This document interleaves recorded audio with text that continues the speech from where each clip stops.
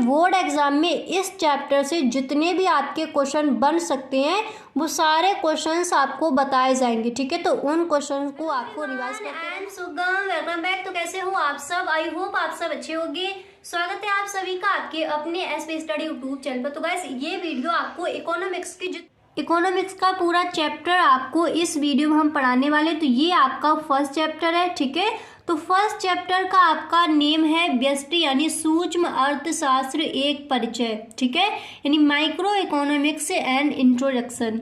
तो ये वाला जो आपका चैप्टर, ये पूरा चैप्टर आज हम आपको पढ़ाने वाली है। तो सबसे पहले आप समझो कि आर्थिक क्रिया क्या है, आर्थिक क्रिया से क्या अभिप्राय है। Okay, economics activity meaning. ठीक है, तो यानी आर्थिक क्रिया क्या है। तो आपका लेसन का आपका नेम क्या है? नेम है माइक्रो इकोनॉमिक्स एंड इंट्रोडक्शन। ठीक है, तो सबसे पहले हम आपको बताएंगे आर्थिक क्रिया क्या। देखिए, आर्थिक क्रिया अर्थशास्त्र की अध्ययन सामग्री यानी सब्जेक्ट मैटर का एक महत्वपूर्ण घटक है। यानी ऐसे आप समझो कि असीमित आवश्यकताओं तथा सीमित साधनों से जुड़ी सभी आर्थिक क्रियाएं अर्थशास्त्र की अध्ययन सामग्री के अंतर्गत सम्मिलित की जाती है। गाइस देखिए, अगर आप 2024 के बोर्ड एग्जाम में अगर आप टॉप करना चाहते हो तो सारे लेसन मैं आपको इसी तरह से पढ़ाऊंगी और सारे लेसन पहले मैं आपको कवर कराऊंगी। जब आपका बोर्ड एग्जाम पास आने वाला होगा उसके बाद आपको previous year question, model paper वो सारे हल कराए जाएंगे। तो आपको बिल्कुल भी डरना नहीं है। आप इस चैनल से आज से ही जुड़ जाइए और जितनी भी आपके चैप्टर दिए गए हैं वो सारे चैप्टर्स के वीडियोस आपको इसी चैनल पर मिलने वाली हैं। ठीक है, इसके बाद देखिए यहाँ पर ये लिखा है कि आधुनिक अर्थशास्त्रियों के अनुसार, यानी आज के अर्थशास्त्रियों के अनुसार, यानी इन्होंने जो आर्थिक क्रिया है इसकी परिभाषा को क्या बताया है। ठीक है, तो इन्होंने कहा कि उस क्रिया को आर्थिक क्रिया कहते हैं जिसका संबंध मानवीय आवश्यकताओं को संतुष्ट करने के लिए सीमित साधनों के उपयोग से होता है। यानी आर्थिक क्रिया क्या है? इन्होंने कहा कि उस क्रिया को हम आर्थिक क्रिया कहेंगे जिसका संबंध मानवीय आवश्यकता यानी मानव की जो आवश्यकताएं हैं, मानवीय आवश्यकताओं को संतुष्टि करने के लिए यानी मानवीय आवश्यकताओं की पूर्ति करने के लिए सीमित साधनों के उपयोग से होता है। ठीक है, जो मानव की आवश्यकताएं हैं वो क्या करनी है? संतुष्ट करने के लिए, नहीं मानव की आवश्यकताओं की पूर्ति करने के लिए कम सीमत में ही कम साधनों के उपयोग से होता है। तो उसी को हम क्या कहते हैं? आर्थिक क्रिया कहते हैं। इतना क्लियर हो गया। अब इसके बाद देखिए यहाँ पर दिया कि सभी आर्थिक क्रियाएं आय सृजित नहीं करती, अर्थात यह आवश्यक नहीं कि आर्थिक क्रिया द्वारा सदैव आय का सृजन हो। ठीक है, आर्थिक क्रिया में आय का सृजन हो भी सकता है और नहीं भी। ओके, समझ आ रहा है कि आर्थिक क्रिया आप किसे कहोगे?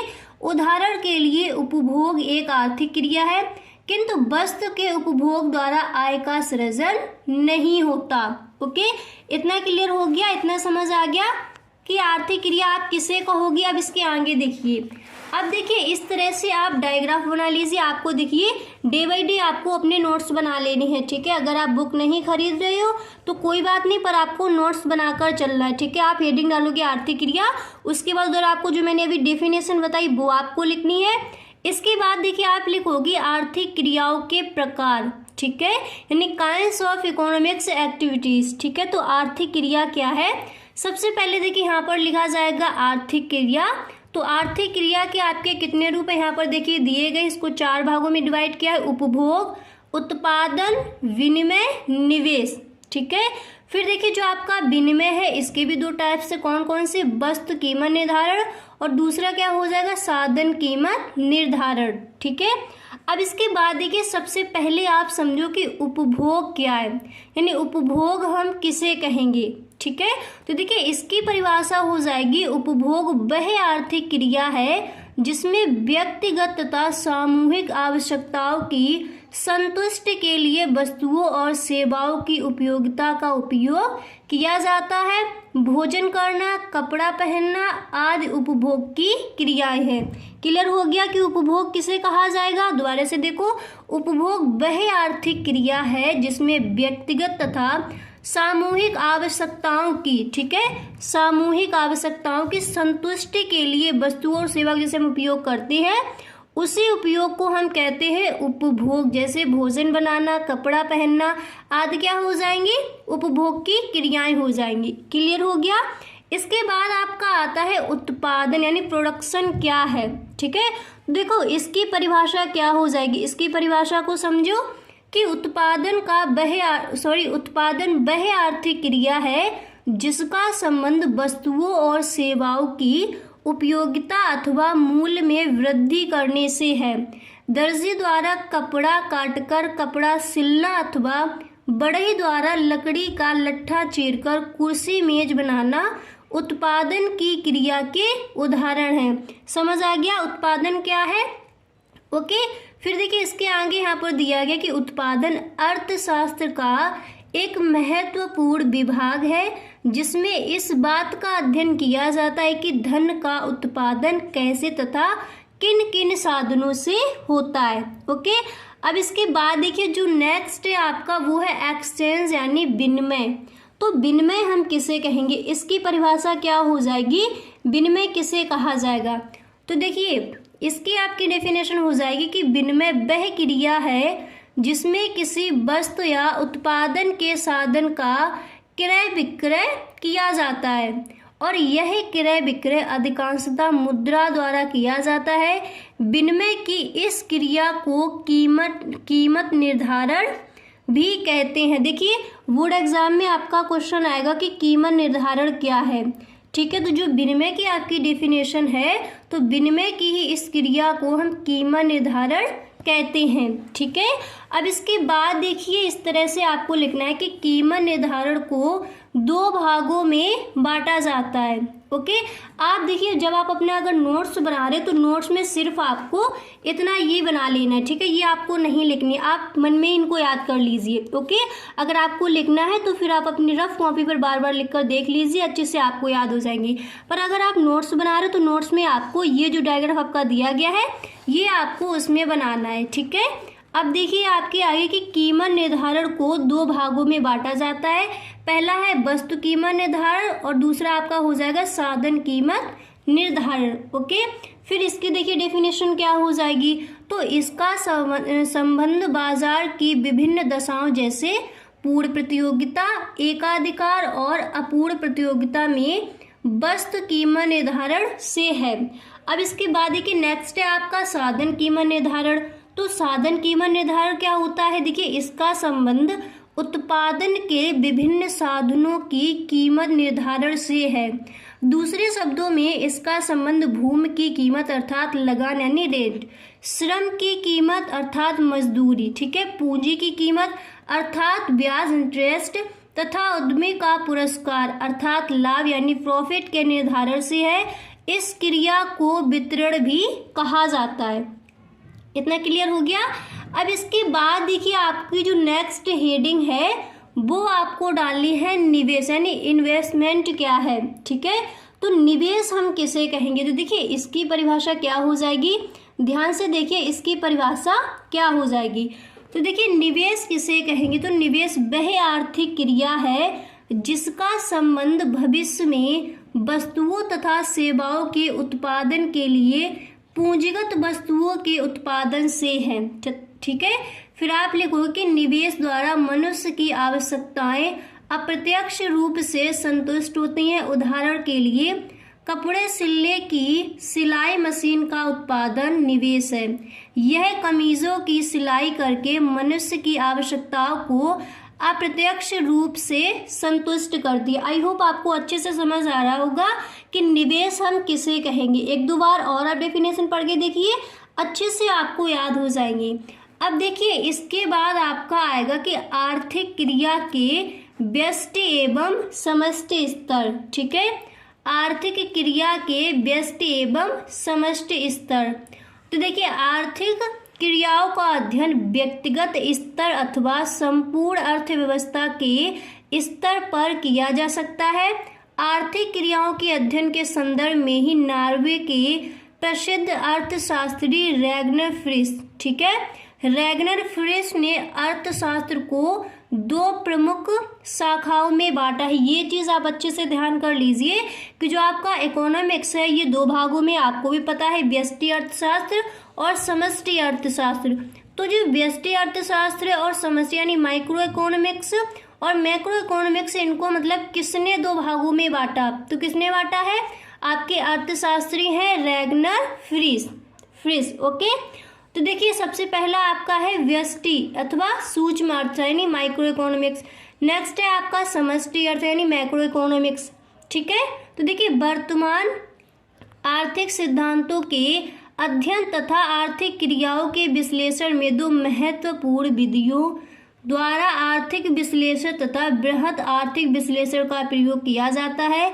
शब्द माइक्रो, ठीक है, शब्द माइक्रो ग्रीक शब्द माइक्रोस से लिया गया है, जिसका अर्थ होता है छोटा या फिर आप कह सकते हो सूक्ष्म या फिर व्यष्टि, तथा शब्द मैक्रो ग्रीक भाषा के शब्द मैक्रोस से लिया गया है, जिसका अर्थ होता है विशाल। ओके, अब इसके बाद देखिए कि जो आपका व्यष्टि अर्थशास्त्र है इसकी परिभाषा क्या हो जाएगी? व्यष्टि अर्थशास्त्र हम किसे कहेंगे?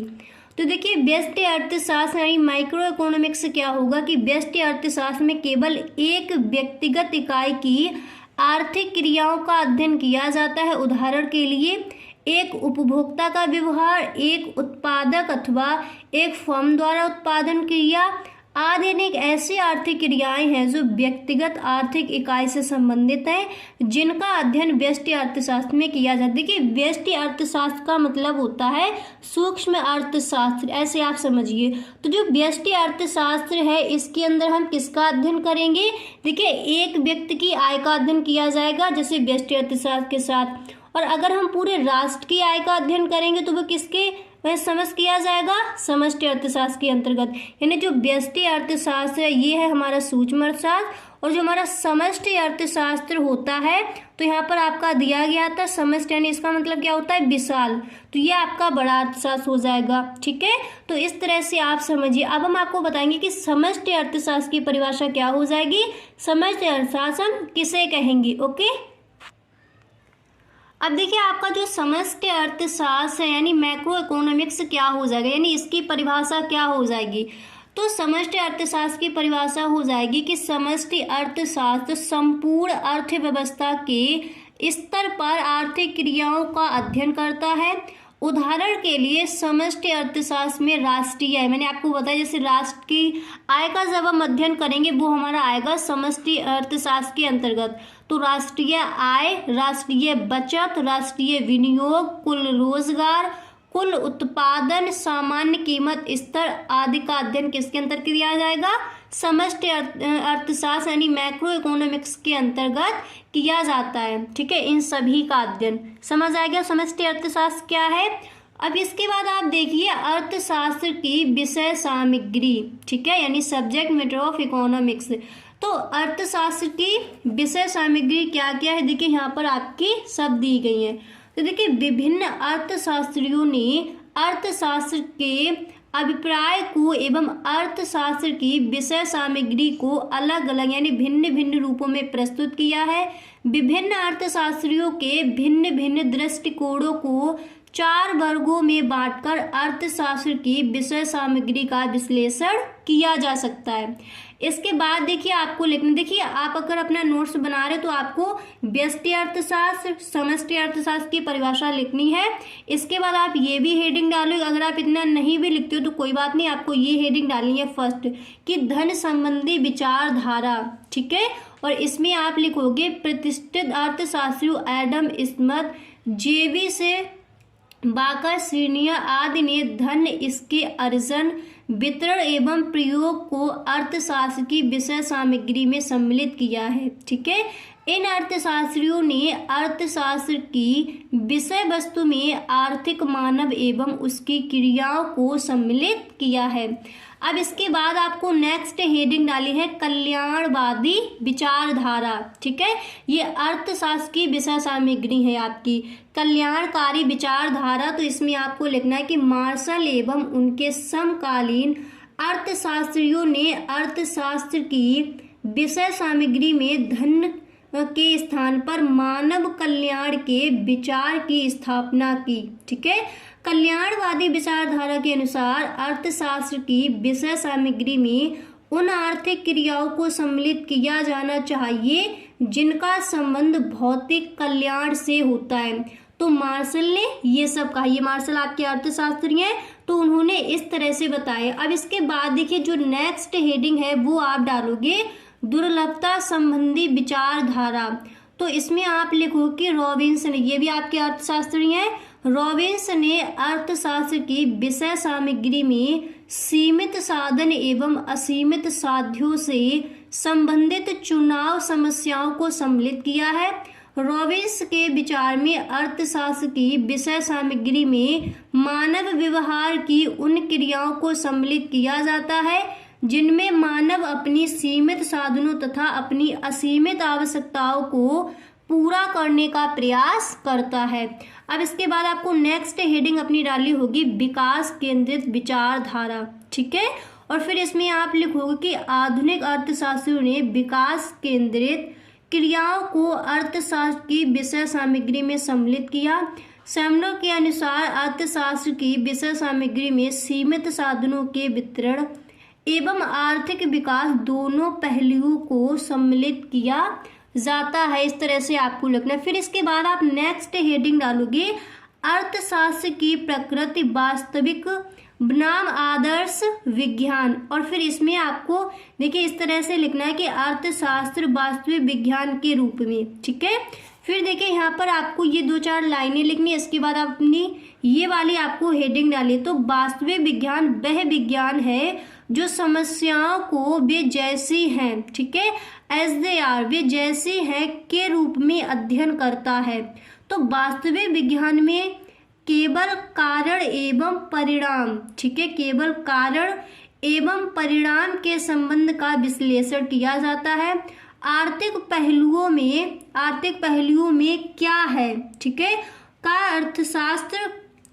का विश्लेषण अर्थशास्त्र में किया जाता है और क्या होना चाहिए जैसी नीतिगत पहलू को अर्थशास्त्र में नहीं जोड़ा जाता। ठीक है, प्रोफेसर जेवी से सीनियर एवं प्रोफेसर रॉबिन्स जैसे, यहाँ पर ये रॉबिन्स लगाइए आपके अर्थशास्त्र ने, प्रोफेसर रॉबिन्स जैसे अर्थशास्त्रियों ने इसी आधार पर अर्थशास्त्र को वास्तविक विज्ञान की श्रेणी में रखा है।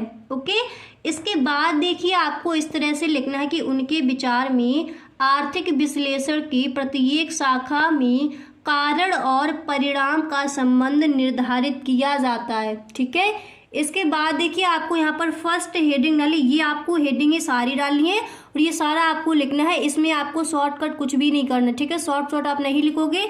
जितनी भी हेडिंग है तो लाइनें देखिए यहाँ पर एक एक लाइन दी गई है, तो ये आप पूरा लिखना है आपको। फर्स्ट हेडिंग आपको डाली है उपभोग। तो देखिए उपयोगिता ह्रास नियम बढ़ते उपभोग अर्थात कारण और उसके कारण घटती उपयोगिता अर्थात परिणाम के पारस्परिक संबंध को बताता है। इसके बाद आप नेक्स्ट हेडिंग डालोगे उत्पादन और इसमें आप लिखोगे कि उत्पत्ति ह्रास नियम में भी उत्तरोत्तर इकाइयों के बढ़ते प्रयोग एवं उससे घटती उत्पादकता वस्तुतः कारण और परिणाम के संबंध को ही स्पष्ट किया जाता है। इसके बाद आप नेक्स्ट हेडिंग क्या डालोगे, विनिमय यानी एक्सचेंज। इसमें आप लिखोगे कि कीमत परिवर्तन का मांग और पूर्ति पर पड़ने वाला प्रभाव वस्तुतः कारण और परिणाम का ही एक उदाहरण है। इसके बाद आपको नेक्स्ट हेडिंग डाली है वितरण और इसमें आपको लिखना है कि साधनों की पूर्ति बढ़ने पर उन साधनों की कीमतें घटती हैं। यह वस्तुतः कारण एवं परिणाम का ही एक उदाहरण है। ओके, अब इसके बाद देखिए आपको नेक्स्ट हेडिंग डाली है राजस्व और फिर उसमें आपको लिखना है कि कर लगाने पर उपभोग उत्पादन एवं वितरण पर क्या प्रभाव पड़ेगा। यह कारण और परिणाम के संबंध को स्पष्ट करता है। ठीक है, इसके बाद देखिए आपको नेक्स्ट हेडिंग डालनी होगी यहाँ पर अर्थशास्त्र आदर्श विज्ञान के रूप में। ठीक है, फिर देखिए इसमें आप लिखोगे कि आदर्श विज्ञान का संबंध क्या होना चाहिए। देखिए अगर आप नोट्स बना रहे हो तो आपको, अगर आप ये नहीं भी लिखते हो तो कोई बात नहीं, ठीक है। मैं आपको बता दे रही हूँ, जो आपके नोट्स बनाने में, जो आपके बोर्ड एग्जाम में जो चीज़ें आपकी आएंगी वही मैं आपको बताऊंगी कि ये आपको लिखनी है। तो ये आप थोड़ा पढ़ लीजिए, इसको भी आप पढ़ लीजिए, ये आपको नोट्स में लिखने की ज़रूरत नहीं है, ठीक है। पर जो अभी मैंने आपको हेडिंगें बताएंगी, जैसे राजस्व, विनिमय क्या है, तो वो सारे आपको लिखनी है, ठीक है। तो इतना ये आप मत लिखना, ठीक है, तो कुछ ज़्यादा ही बड़ा आपका हो जाएगा, तो ये आप मत लिखिए, मैं आपको बता दे रही हूँ, अच्छे से इसको सुन लीजिए। तो आदर्श विज्ञान का संबंध क्या होना चाहिए, जैसे प्रश्न से है, जिसमें आर्थिक पहलुओं की अच्छाई एवं, ठीक है, अच्छाई एवं बुराई के संबंध में विश्लेषण किया जाता है। इसके आगे आपको लिखना है, और तथ्य की वांछनीयता एवं अवांछनीयता पर अपना मत व्यक्त किया जाता है। आधुनिक अर्थशास्त्रियों का एक बड़ा वर्ग यह स्वीकार करता है कि अर्थशास्त्र केवल एक वास्तविक विज्ञान ही नहीं, बल्कि उसका स्वरूप आदर्शात्मक, ठीक है, आदर्शात्मक है इस वर्ग के अर्थशास्त्रियों के अनुसार। फिर इसके बाद आप लिखोगे कि अर्थशास्त्रियों के दायित्व का निर्वाह केवल इतनी विवेचना से नहीं हो जाता कि विषय वस्तु क्या है, बल्कि उनका यह भी उत्तरदायित्व है कि वे बतलाएं कि विषय वस्तु क्या होनी चाहिए, ठीक है। फिर इसके आगे आप लिखोगे, देखिए यहाँ पर आपने कॉमा लगाया, फिर यहाँ पर आपको कॉमा इस तरह से क्लोज कर देना है, ठीक है। फिर आप लिखोगे कि अर्थशास्त्र को आदर्शात्मक विज्ञान में रखने वाले अर्थशास्त्रियों में प्रमुख कौन कौन है, मार्शल, पीगो, हार्ट्रेक, कीन्स आदि, ये आपके अर्थशास्त्री है, ठीक है। ये मैंने आपको नाम बता दिया। अब इसके बाद देखिए यहाँ पर ये दिया गया कि अर्थशास्त्र वास्तविक एवं आदर्शात्मक विज्ञान दोनों। फिर इसमें देखिए इस तरह से ये दिया जाएगा कि अर्थशास्त्र के स्वरूप को ना तो अकेले वास्तविक विज्ञान से जोड़ा जा सकता है और ना ही अकेले आदर्शात्मक विज्ञान से। इसका चरित्र दोनों प्रकार का है, वास्तविक भी और आदर्श भी, ओके,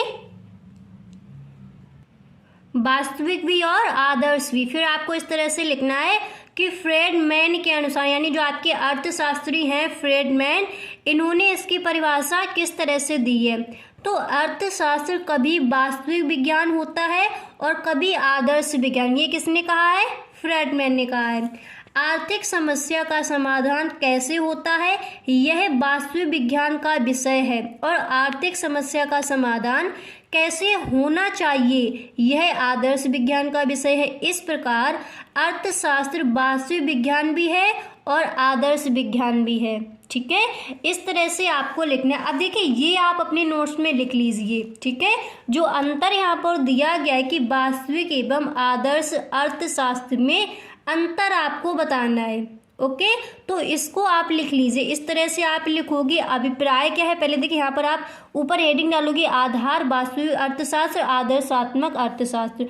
तो सबसे पहले आप अभिप्राय में लिखोगे कि वास्तविक अर्थशास्त्र का क्या अभिप्राय है और आदर्शात्मक अर्थशास्त्र का क्या अभिप्राय। पहले आपको अभिप्राय लिखना है, इसके बाद आपको इसका सत्यापन लिखना है, ठीक है। इसके बाद उद्देश्य क्या है, इस अर्थशास्त्र का उद्देश्य क्या है, आदर्शात्मक अर्थशास्त्र का उद्देश्य क्या है। फिर आपको इसकी प्रकृति लिखनी है, इसके बाद मूल्य विश्लेषण, इसके बाद आपको दोनों के उदाहरण लिखने हैं। तो आधार इस तरह से आपको यहाँ पर हेडिंग डालनी है, इस तरह से ये भी आपको ब्लैक पेन से लिखना है। फिर आप यहाँ पर ब्लू पेन से लिखोगे कि वास्तविक अर्थशास्त्र का अभिप्राय क्या है। मतलब आपको लिखना नहीं, मैं आपको सिर्फ बता रही हूँ कि वास्तविक अर्थशास्त्र का अभिप्राय क्या है, ठीक है।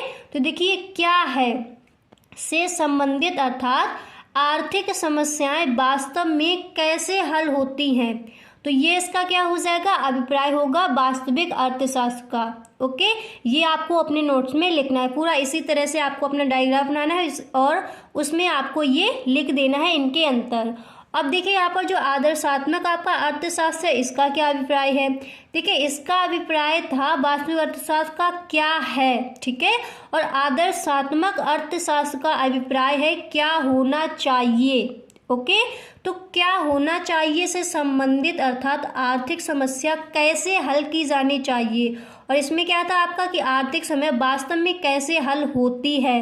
ओके, अब इसका देखिए सत्यापन आपको लिखना है। तो वास्तविक आंकड़ों के आधार पर सत्यापन होता है इसका, ठीक है।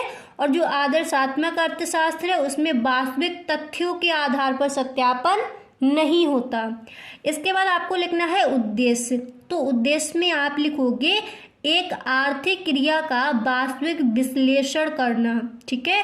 और इसमें आपको लिखना है आदर्श मानदंड स्थापित करना।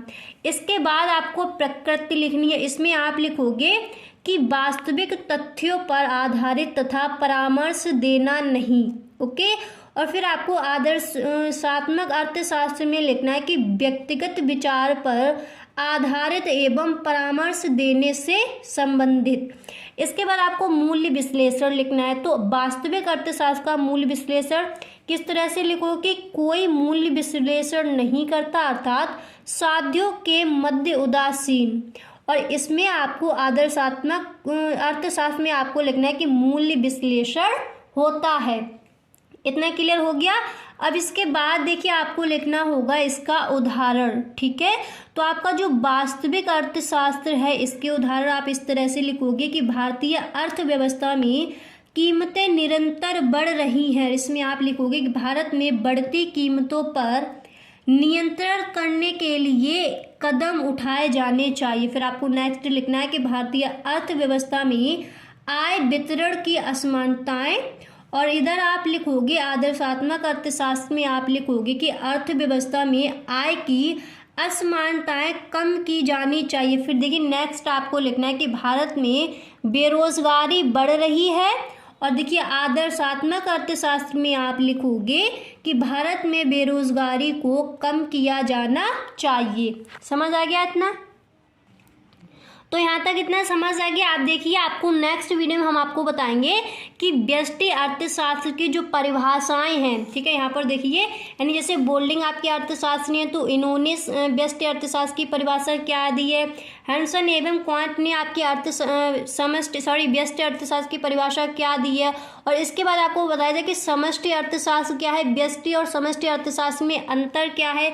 तो सारी चीज़ें आपको बताई जाएंगी। फिर इसके बाद हम आपको बताएंगे, एक ही वीडियो आपका बनेगा जिसमें ये पहला पार्ट आपका पूरा कवर हो जाएगा। तो आधा मैंने आपको करा दिया है, जो आपका थोड़ा रह गया है वो आपको नेक्स्ट वीडियो मिल जाएगा। और ध्यान रखिए उस वीडियो में आपको जो आपके बोर्ड एग्जाम में इस चैप्टर से जितने भी आपके क्वेश्चन बन सकते हैं वो सारे क्वेश्चंस आपको बताए जाएंगे, ठीक है। तो उन क्वेश्चन को आपको रिवाइज करते रहना। अभी से आपको अपनी तैयारी इस तरह से करनी है कि कोई भी बच्चा आपसे आगे ना निकल पाए, आप ही इस बार टॉप कर जाओ। तो इस तरह से अपनी मेहनत कीजिए, ओके। तो गाइस अगर आपको वीडियो अच्छा लगा हो तो इसको दोस्तों में शेयर करें, ओके। Thank you.